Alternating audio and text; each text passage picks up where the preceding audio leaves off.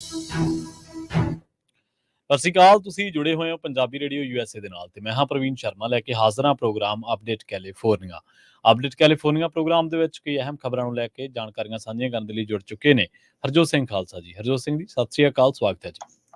ਸਤਿ ਸ਼੍ਰੀ ਅਕਾਲ, ਧੰਨਵਾਦ ਜੀ ਆਇਆਂ ਨੂੰ। ਪੰਜਾਬੀ ਰੇਡੀਓ USA ਦੇ ਜਿੰਨੇ ਵੀ ਸਰੋਤੇ ਸਾਡੇ ਸਾਰੇ ਹੀ AM ਸਟੇਸ਼ਨਸ, FM ਸਟੇਸ਼ਨਸ, ਘਰਾਂ ਦੇ ਵਿੱਚ ਰੇਡੀਓ ਸੈਟਸ ਦੇ ਰਾਹੀਂ, ਟੈਲੀਫੋਨ ਦੇ ਰਾਹੀਂ, ਫੇਸਬੁੱਕ, YouTube ਤੇ ਲਾਈਵ ਦੇਖ ਰਹੇ ਹੋ, ਸੁਣ ਰਹੇ ਹੋ, ਸਾਰਿਆਂ ਨੂੰ ਜੀ ਆਇਆਂ ਨੂੰ ਤੇ ਬਹੁਤ ਹੀ ਪਿਆਰ ਤੇ ਸਤਿਕਾਰ ਭਰੀ ਸਤਿ ਸ਼੍ਰੀ ਅਕਾਲ ਸਰੋਤਿਓ। ਅੱਜ ਜਨਵਰੀ ਦੀ 9 ਤਰੀਕ ਆ, ਦਿਨ ਮੰਗਲਵਾਰ ਆ। ਤੁਹਾਡੇ ਲਈ ਸ਼ਾਮ ਦਾ ਅਪਡੇਟ ਕੈਲੀਫੋਰਨੀਆ ਪ੍ਰੋਗਰਾਮ ਲੈ ਕੇ ਹਾਜ਼ਰ ਹੋਏ ਆ ਜੀ।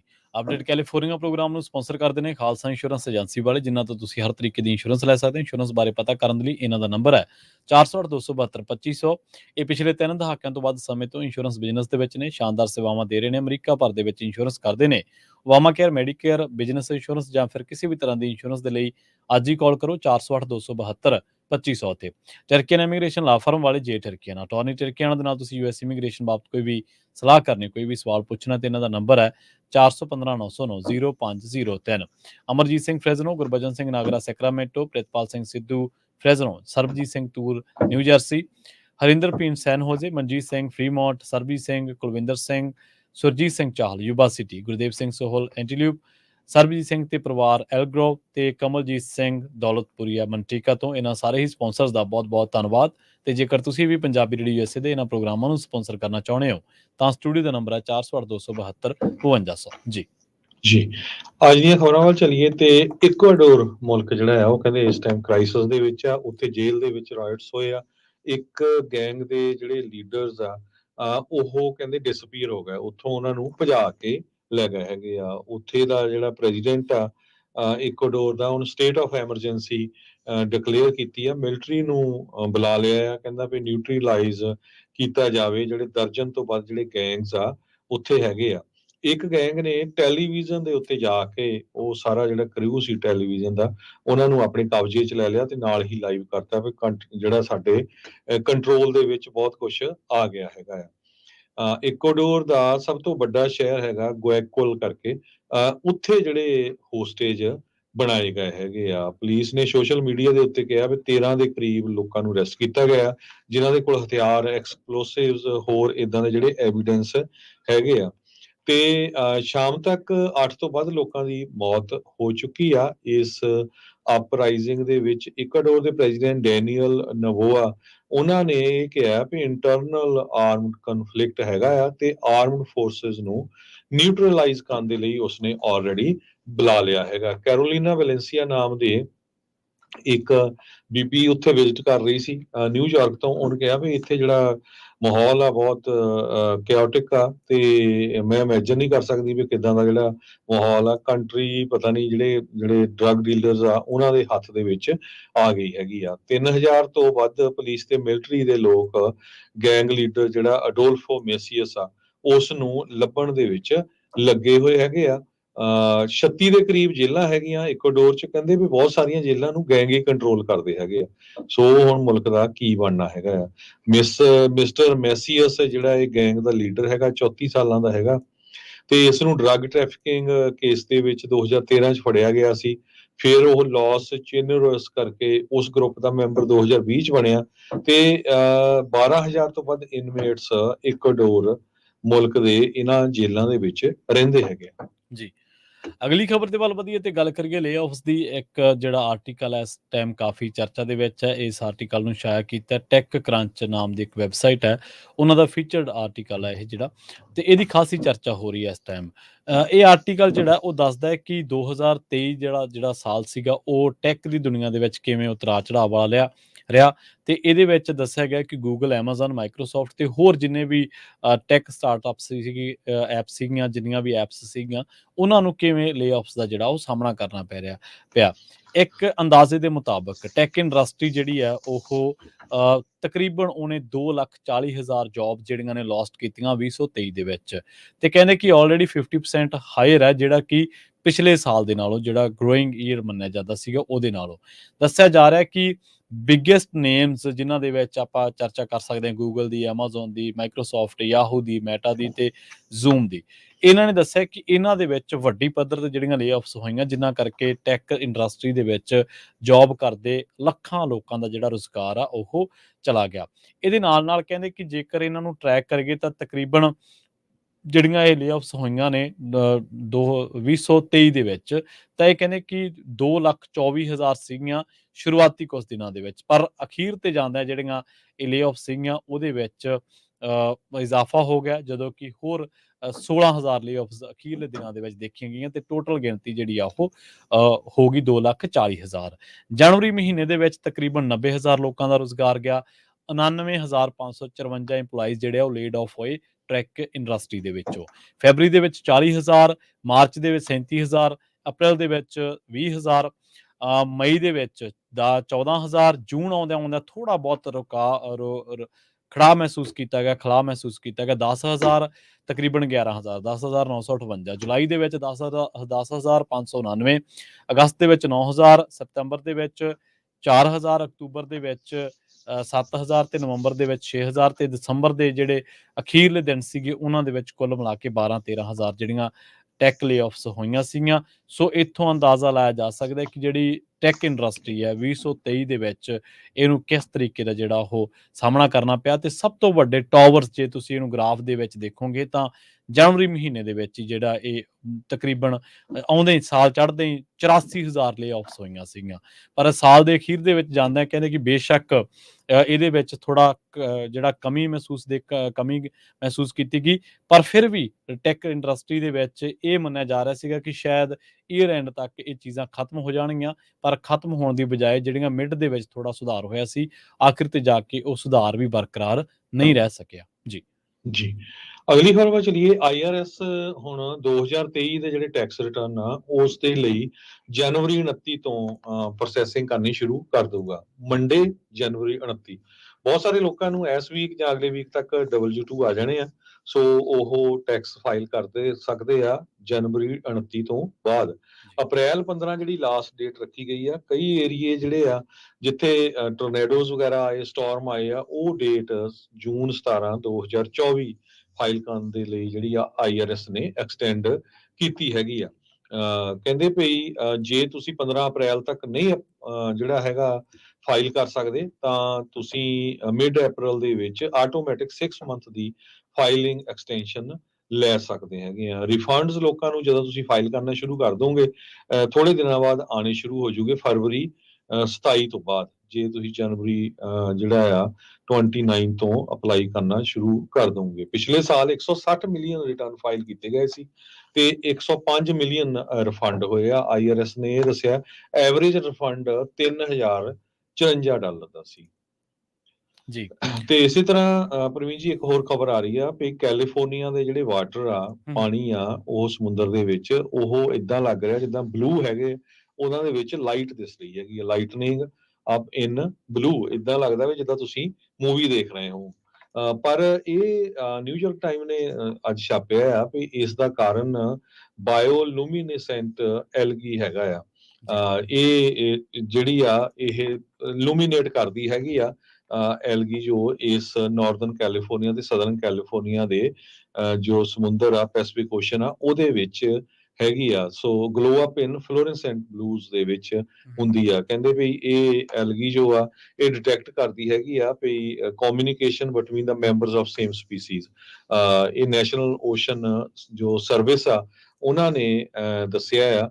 ਸੋ ਇਹ ਬੈਕਟੀਰੀਆ ਦੇ ਵਿੱਚ ਫਿਸ਼, ਜੈਲੀ ਫਿਸ਼, ਸ਼ਾਰਕ, ਹੋਰ ਸਾਰੇ ਜਿਹੜੇ ਐਨੀਮਲਸ ਹੁੰਦੇ ਆ ਤੇ ਆਰਗੈਨਿਜ਼ਮਸ ਇਹ ਬਾਇਓ ਲੂਮੀਨੇਸੈਂਟ ਕਰਦੇ ਹੈਗੇ ਆ। ਸੋ ਇਸ ਕਰਕੇ ਜੇ ਕਿਤੇ ਤੁਸੀਂ ਜਾਓ ਥੋੜੀ ਸ਼ਾਮ ਨੂੰ ਸਮੁੰਦਰ ਦੇ ਕੰਢੇ ਤੇ ਤੁਸੀਂ ਦੇਖੋਗੇ ਜਿਹੜਾ ਪਾਣੀ ਦਾ ਰੰਗ ਆ ਉਹ ਟੋਟਲੀ ਬਲੂ ਤੇ ਵਿੱਚੋਂ ਲਾਈਟ ਜਿਹੜੀ ਆ ਉਹ ਨਿਕਲ ਰਹੀ ਹੈਗੀ ਆ। ਡਾਕਟਰ ਕਲੈਰਿਸਾ ਐਂਡਰਸਨ ਡਾਇਰੈਕਟਰ ਹੈਗੇ southern California coast ocean observing system ਦੇ, ਤੇ ਡਾਕਟਰ ਐਂਡਰਸਨ ਨੇ ਇਹ ਕਿਹਾ ਵੀ ਇਹ ਜਿਹੜੀ ਐਲਗੀ ਆ ਇਹ ਹਾਰਮਫੁਲ ਹੁੰਦੀ ਹੈਗੀ ਆ ਗ੍ਰੀਨ ਐਲਗੀ ਨਾਲੋਂ, ਇਹਦੇ ਵਿੱਚ ਜਾਂ ਸਾਇਨੋਬੈਕਟੀਰੀਆ ਨਾਲੋਂ।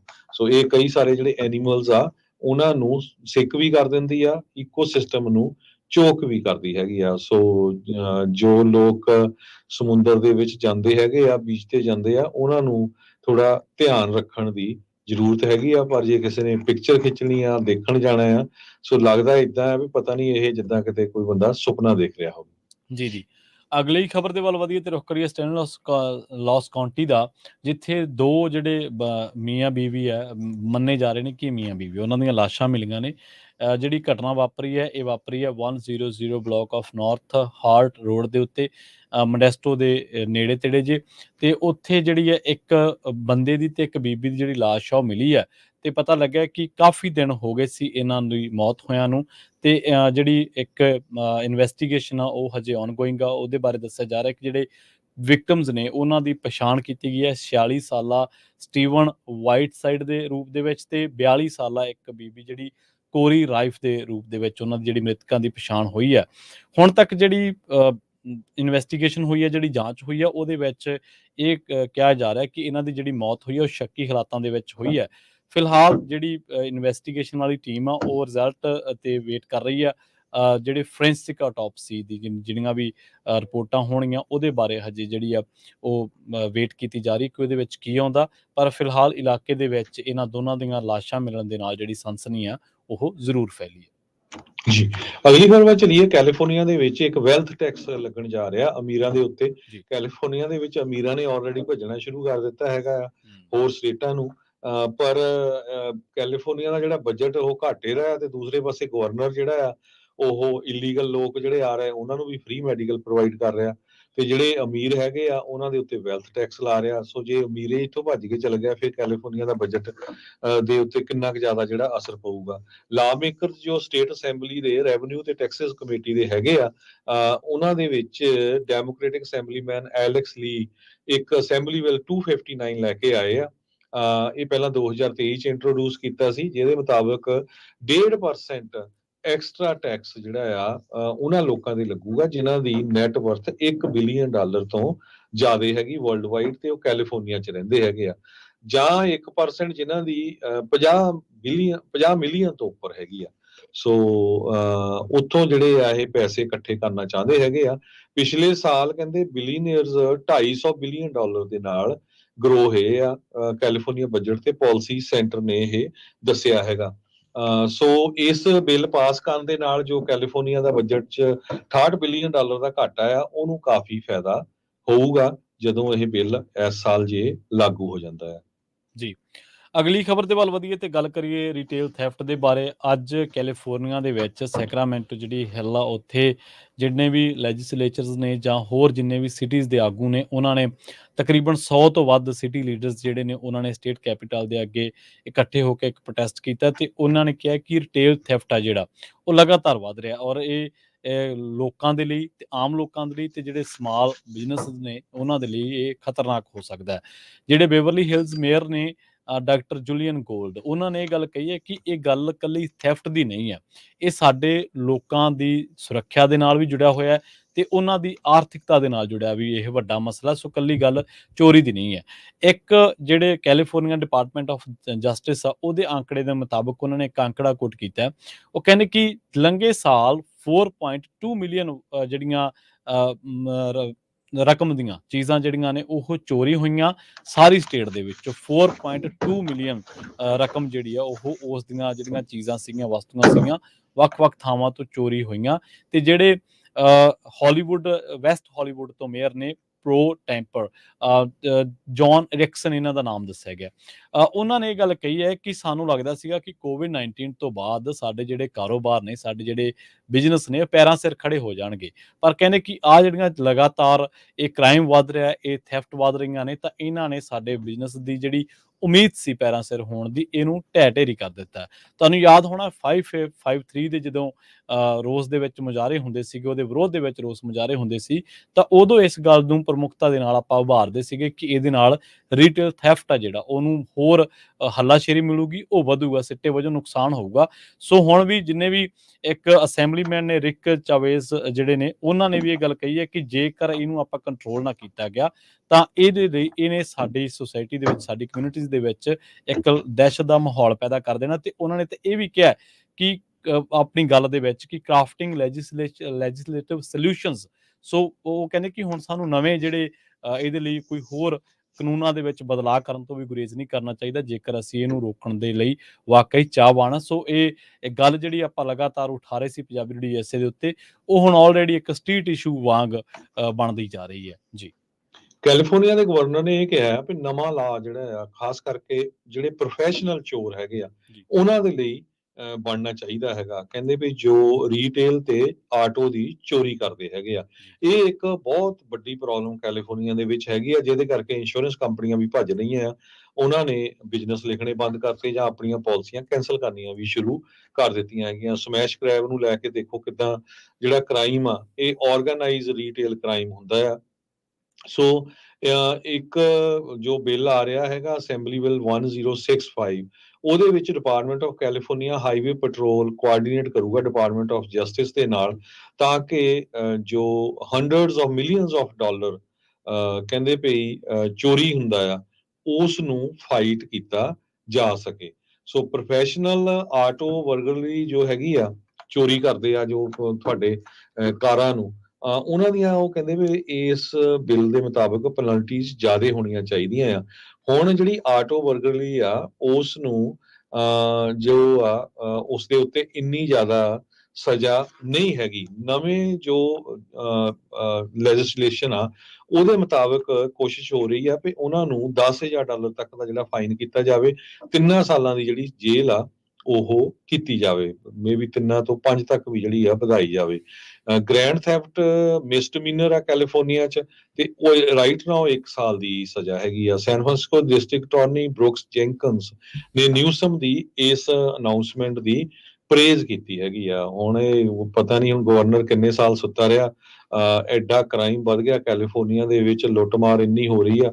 ਤੇ ਹੁਣ ਜਦੋਂ ਇਲੈਕਸ਼ਨ ਵਾਲਾ ਯੀਅਰ ਆ ਗਿਆ, ਤੇ ਹੁਣ ਇਹ ਕਹਿੰਦੇ ਆ ਵੀ ਅਸੀਂ ਆਹ ਬਿੱਲ ਜਿਹੜਾ ਲੈ ਕੇ ਆ ਰਹੇ ਹੈਗੇ ਆ। ਜੇ ਪਹਿਲੇ ਹੀ ਇਹ ਲਿਆਂਦਾ ਹੁੰਦਾ ਜੀ ਤੇ ਜੋ ਇੰਨਾ ਕ੍ਰਾਈਮ ਵਧਿਆ, ਤੇ ਉਸ ਹੂੰ ਤੋਂ ਕੈਲੀਫੋਰਨੀਅਨਸ ਬਚ ਸਕਦੇ ਸੀ। ਜੀ। ਅਗਲੀ ਖਬਰ ਜਿਹੜੀ ਆ ਰਹੀ ਹੈ ਹੁਣੇ-ਹੁਣੇ ਟਰਲਕ ਤੋਂ ਆ ਰਹੀ ਹੈ। ਟਰਲਕ ਦੇ ਵਿੱਚ 5 ਲੋਕ ਜਿਹੜੇ ਆ ਉਹ ਬੇਘਰੇ ਹੋ ਗਏ ਆ ਇੱਕ ਘਰ ਨੂੰ ਅੱਗ ਲੱਗਣ ਤੋਂ ਬਾਅਦ। ਦੱਸਿਆ ਜਾ ਰਿਹਾ ਕਿ ਜਿਹੜੀ ਅੱਗ ਲੱਗਣ ਦੀ ਘਟਨਾ ਹੈ ਵਾਪਰੀ ਹੈ 4100 ਬਲਾਕ ਜਿਹੜਾ ਪੈਂਦਾ ਐਵਰੀ ਲੇਨ ਦੇ ਉੱਤੇ, ਉੱਥੇ ਇੱਕ ਘਰ ਨੂੰ ਅੱਗ ਲੱਗ ਗਈ ਸੀਗੀ। ਤੇ ਉਸ ਤੋਂ ਬਾਅਦ ਜਿਹੜੀਆਂ ਮੈਡੀਕਲ ਟੀਮਾਂ ਸੀਗੀਆਂ ਉਹ ਵੀ ਮੌਕੇ ਤੇ ਪਹੁੰਚੀਆਂ ਸੀਗੀਆਂ, ਤੇ ਇਹਨਾਂ ਦੇ ਵਿੱਚੋਂ 2 ਜਣਿਆਂ ਨੂੰ ਘੱਟੋ-ਘੱਟ ਹਸਪੀਟਲ ਜਿਹੜਾ ਉਹ ਪਹੁੰਚਾਇਆ ਗਿਆ। ਅੱਧੇ ਘੰਟੇ ਦੀ ਮੁਸ਼ੱਕਤ ਤੋਂ ਬਾਅਦ 1 ਘੰਟੇ ਦੀ ਮੁਸ਼ੱਕਤ ਤੋਂ ਬਾਅਦ ਆਪਾਂ ਕਹਿ ਸਕਦੇ ਹਾਂ, ਅੱਧੇ ਘੰਟੇ ਤੋਂ ਵੱਧ ਦੀ ਮੁਸ਼ੱਕਤ ਤੋਂ ਬਾਅਦ ਇਸ ਅੱਗ ਤੇ ਜਿਹੜਾ ਕਾਬੂ ਪਾਇਆ ਜਾ ਸਕਿਆ। ਫਾਇਰ ਅਫੀਸ਼ੀਅਲਸ ਦਾ ਇਹ ਕਹਿਣਾ ਹੈ, ਤੇ ਨਾਲ ਹੀ ਇਹਦੇ ਕਾਰਨ ਕੀ ਨੇ ਉਹ ਸਟਿਲ ਹਜੇ ਅੰਡਰ ਇਨਵੈਸਟੀਗੇਸ਼ਨ ਹੈ। ਪਰ ਹਾਂ, ਇੰਨਾ ਜ਼ਰੂਰ ਹੈ ਕਿ ਇਹ ਪਹਿਲਾਂ ਪ੍ਰਗਟਾਇਆ ਜਾ ਰਿਹਾ ਸੀ ਖਦਸ਼ਾ ਕਿ ਸ਼ਾਇਦ ਇਹ ਅੱਗ ਜਿਹੜੀ ਆ ਉਹ ਅਗਲੇ ਘਰਾਂ ਦੇ ਵਿੱਚ ਵੀ ਪਹੁੰਚ ਸਕਦੀ ਹੈ, ਪਰ ਫਿਰ ਵੀ ਅੱਗ ਤੇ ਕਾਬੂ ਪਾਉਣ ਕਰਕੇ ਕਿਸੇ ਤਰ੍ਹਾਂ ਦਾ ਜਿਹੜਾ ਜਾਨੀ ਨੁਕਸਾਨ ਆ ਉਹਦੇ ਤੋਂ ਬਚਾਅ ਹੋ ਗਿਆ। ਮਾਲੀ ਨੁਕਸਾਨ ਤਾਂ ਹੋ ਹੀ ਗਿਆ। 2 ਲੋਕ ਜਿਹੜੇ ਹਸਪੀਟਲਾਈਜ਼ਡ ਜਿਨ੍ਹਾਂ ਨੂੰ ਕੀਤਾ ਗਿਆ, ਜਿਨ੍ਹਾਂ ਨੂੰ ਹਸਪਤਾਲ ਦੇ ਵਿੱਚ ਪਹੁੰਚਾਇਆ ਗਿਆ, ਉਹਨਾਂ ਦੀ ਹਾਲਤ ਕਿਹੋ ਜਿਹੀ ਆ, ਉਹ ਸਥਿਰ ਆ ਜਾਂ ਉਹਨਾਂ ਦੀ ਹਾਲਤ ਗੰਭੀਰ ਬਣੀ ਹੋਈ ਹੈ, ਇਹਦੇ ਬਾਰੇ ਹਾਲੇ ਤੱਕ ਕੋਈ ਜਾਣਕਾਰੀ ਜਿਹੜੀ ਆ ਉਹ ਨਹੀਂ ਮਿਲ ਸਕੀ ਜੀ। ਕੈਲੀਫੋਰਨੀਆ ਦੇ ਵਿੱਚ ਜਿਹੜਾ ਵਿੰਡ ਸਟਾਰਮ ਸਵੀਅਰਲੀ ਕਹਿੰਦੇ ਵਿੰਡ ਸਟਾਰਮ ਆ ਰਿਹਾ ਸਦਰਨ ਕੈਲੀਫੋਰਨੀਆ 'ਚ, ਹਵਾਵਾਂ ਬਹੁਤ ਤੇਜ਼ ਹੋਊਗੀਆਂ, ਤੇ ਹਾਈ ਵਿੰਡ ਵਾਰਨਿੰਗ ਦਿੱਤੀ ਗਈ ਹੈਗੀ ਆ। ਸਦਰਨ ਕੈਲੀਫੋਰਨੀਆ ਦੇ ਵਿੱਚ KTLA ਦੇ ਮੈਟਰੋਲੋਜਿਸਟ ਕੇਸੀ ਮੋਂਟੋਇਆ, ਉਹਨਾਂ ਨੇ ਇਹ ਕਿਹਾ ਵੀ ਬੁੱਧਵਾਰ ਨੂੰ ਆਫਟਰਨੂਨ ਦੇ ਵਿੱਚ 50 ਮੀਲ ਪਰ ਆਵਰ ਦੇ ਹਿਸਾਬ ਦੇ ਨਾਲ ਹਵਾਵਾਂ ਤੇਜ਼ ਚੱਲਣਗੀਆਂ, ਜੋ ਥਰਸਡੇ ਵੀਰਵਾਰ ਤੱਕ ਏਦਾਂ ਹੀ ਚੱਲਦੀਆਂ ਰਹਿਣਗੀਆਂ। ਤੇ ਇਸ ਤੋਂ ਬਿਨਾਂ ਸੈਨ ਬਰਨਡੀਨੋ ਕਾਉਂਟੀ, ਰਿਵਰਸਾਈਡ ਕਾਉਂਟੀ ਜੋ ਪਹਾੜੀਆਂ ਵਾਲਾ ਏਰੀਆ, ਉੱਥੇ 70 ਮੀਲ ਪਰ ਆਵਰ ਦੇ ਹਿਸਾਬ ਨਾਲ ਚੱਲਣਗੀਆਂ। ਬਲਸਟਰਿੰਗ ਵਿੰਡਸ ਦੇ ਨਾਲ ਟਰੀ ਜਿਹੜੇ ਆ ਉਹ ਡਿੱਗ ਸਕਦੇ ਹੈਗੇ, ਉਹਨਾਂ ਦੇ ਨਾਲ ਨੁਕਸਾਨ ਕਾਫੀ ਹੋ ਸਕਦਾ ਆ। ਜਿਹੜਾ ਪਹਾੜੀਆਂ ਵਾਲਾ ਜਾਂ ਫੁੱਟਹਿਲ ਏਰੀਆ ਜਾਂ ਸੈਂਟਾ ਬਾਰਬਰਾ ਦਾ ਕਾਉਂਟੀ, ਉੱਥੇ 50 ਤੋਂ 70 ਮੀਲ ਦੇ ਹਿਸਾਬ ਦੇ ਨਾਲ ਹਵਾਵਾਂ ਚੱਲਣਗੀਆਂ। ਹਾਈ ਰਾਈਜ਼ ਪਹਾੜੀਆਂ ਦੇ ਉੱਤੇ ਜਿਹੜੀ ਸਨੋ ਪੈਣ ਦੀ ਵੀ ਆਸ ਹੈਗੀ ਆ, ਮੀਂਹ ਵੀ ਆ ਰਿਹਾ ਹੈਗਾ। ਸੋ 2 ਵੱਡੇ ਸਟਾਰਮ ਆ ਰਹੇ ਆ। ਇਹਦੇ ਕਰਕੇ ਜੋ ਆ ਕਹਿੰਦੇ ਵੀ ਵਿੰਟਰ ਐਮਰਜੈਂਸੀ ਸਪਲਾਈਜ਼ ਤੁਹਾਡੇ ਕੋਲ ਹੋਣੀਆਂ ਚਾਹੀਦੀਆਂ ਹੈ। ਜੀ ਬਿਲਕੁਲ ਜੀ। ਹਰਜੋਤ ਸਿੰਘ ਜੀ, ਸਮਾਂ ਆਪਣਾ ਜਿਹੜਾ ਪ੍ਰੋਗਰਾਮ ਦਾ ਉਹ ਸਮਾਪਤੀ ਜੀ, ਵੱਲ ਹੈ ਜੀ ਤੇ ਜਾਂਦੇ ਜਾਂਦੇ ਜਾਂਦੇ। ਜਾਂਦੇ ਆਪਾਂ ਸਟਾਕ ਮਾਰਕੀਟ ਦੀ ਗੱਲ ਕਰਦੇ ਜਾਈਏ, ਤੇ ਅੱਜ ਡਾਓ ਜੋ ਇੰਡਸਟਰੀਅਲ ਸਲਿਪ ਹੋਇਆ, ਡਾਊਨ ਗਿਆ 0.4%, 150 ਪੁਆਇੰਟ ਦੇ ਕਰੀਬ, ਤੇ S&P ਇੰਡੈਕਸ 0.2% ਡਾਊਨ ਗਿਆ। ਟੈਕ ਹੈਵੀ ਨੈਸਡੈਕ ਜੋ ਆ ਉਹ ਅਬਵ ਦਾ ਫਲੈਟ ਲਾਈਨ ਰਿਹਾ, ਤੇ ਉਸਨੇ ਜਿਹੜੇ ਆ ਲਾਸਸ ਹੋਏ ਸੀ ਉਹਨੂੰ ਰਿਵਰਸ ਕੀਤਾ ਹੈਗਾ। ਕਰੰਸੀ ਦੀ ਗੱਲ ਕਰਦੇ ਜਾਈਏ ਤੇ $1 ਦੇ ਬਰਾਬਰ ਇੰਡੀਆ ਦੇ 83 ਰੁਪਏ 14 ਪੈਸੇ ਰਹੇ ਆ। $1 ਦੇ ਬਰਾਬਰ ਪਾਕਿਸਤਾਨ ਦੇ 281 ਰੁਪਏ 20 ਪੈਸੇ ਤੇ $1 ਦੇ ਬਰਾਬਰ ਕੈਨੇਡਾ ਦੇ $1 ਤੇ 33.5 ਸੈਂਟ। ਜੀ ਹਰਜੋਤ ਸਿੰਘ ਜੀ, ਇੱਥੇ ਹੀ ਆਪਾਂ ਲੈਣਾ ਜੀ ਇਜਾਜ਼ਤ। ਪੰਜਾਬੀ ਰੇਡੀਓ ਇਸੇ ਤੇ ਤੁਸੀਂ ਅੱਗੇ ਸਰਵਣ ਕਰੋਗੇ ਸ਼ਾਮ ਦੇ ਦੀਵਾਨ ਜੀ। ਸਾਰਿਆਂ ਨੂੰ ਸਾਡੇ ਵੱਲੋਂ ਦੋਨਾਂ ਵੱਲੋਂ ਬਹੁਤ ਹੀ ਪਿਆਰ ਤੇ ਸਤਿਕਾਰ ਭਰੀ ਸਤਿ ਸਤਿ ਸ੍ਰੀ ਸ੍ਰੀ ਅਕਾਲ। ਅਕਾਲ।